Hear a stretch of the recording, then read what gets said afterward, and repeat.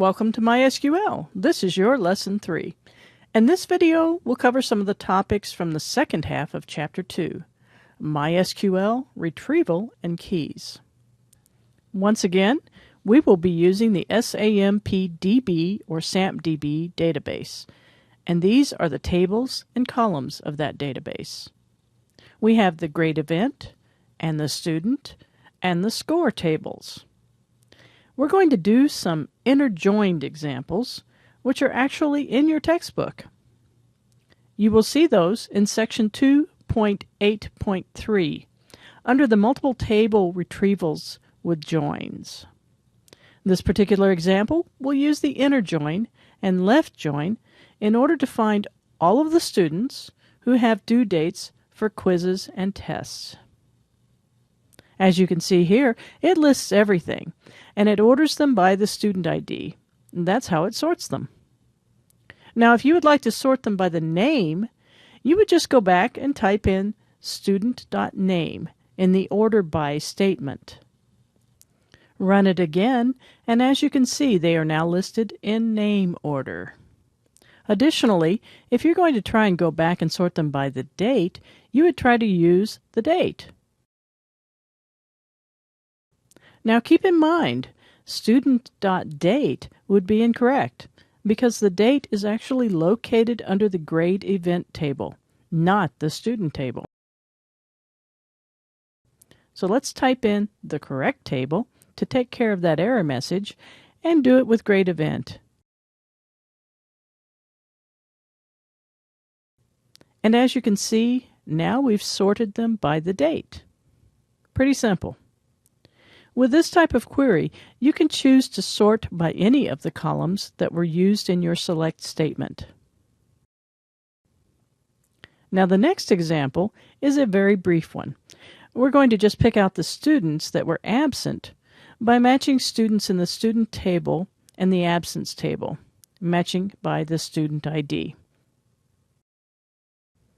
This is the result from that simple query. This next example takes a look at foreign keys, which are used to relate to parent and child tables. And we're going to just use numbers to relate them. We don't really have a database to work with, so we're going to build them right from the textbook. As you can see, we start by doing the creation of the tables.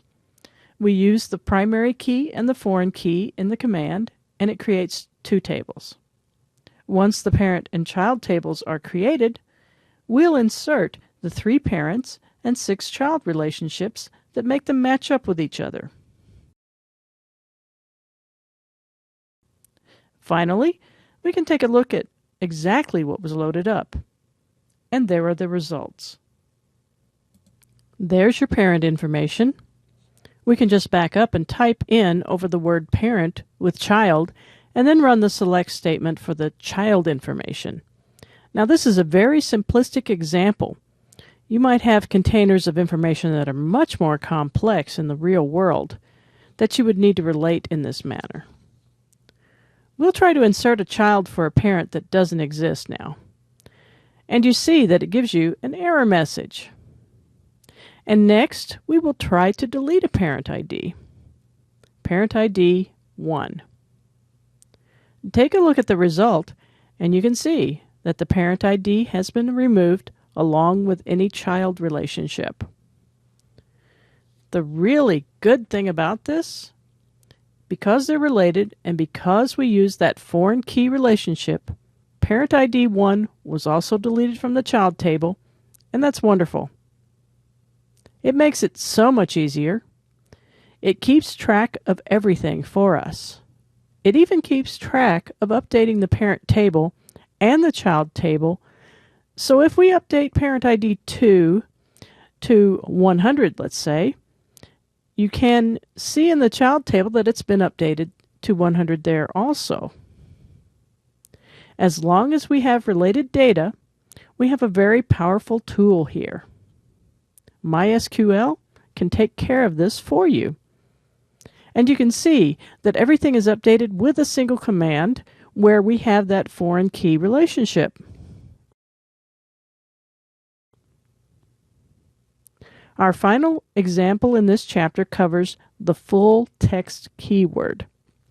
It's a good idea to use full text when you're going to set up phrases. For instance, words from a book or sentences. And the good thing about it is you can search for any combination of words, even a full sentence. Now we're going to use an example here from your text to show you how that works.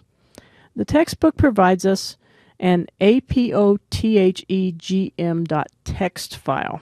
Follow along and try to do this yourself, but be sure and load the apothegm.txt file in your Workbench Program Files directory. That allows you to run this script file. After you create, you can use the select star command to see all of the rows that were added to this particular table. The first command that we're going to do after we load the script file here and the apothegm is a search against the word time. We just match against it. We can also run it with the keyword relevance, and that will show you which of the sentences actually have the word time and which ones do not. And finally, we can actually show you that we have to create this table in a certain way.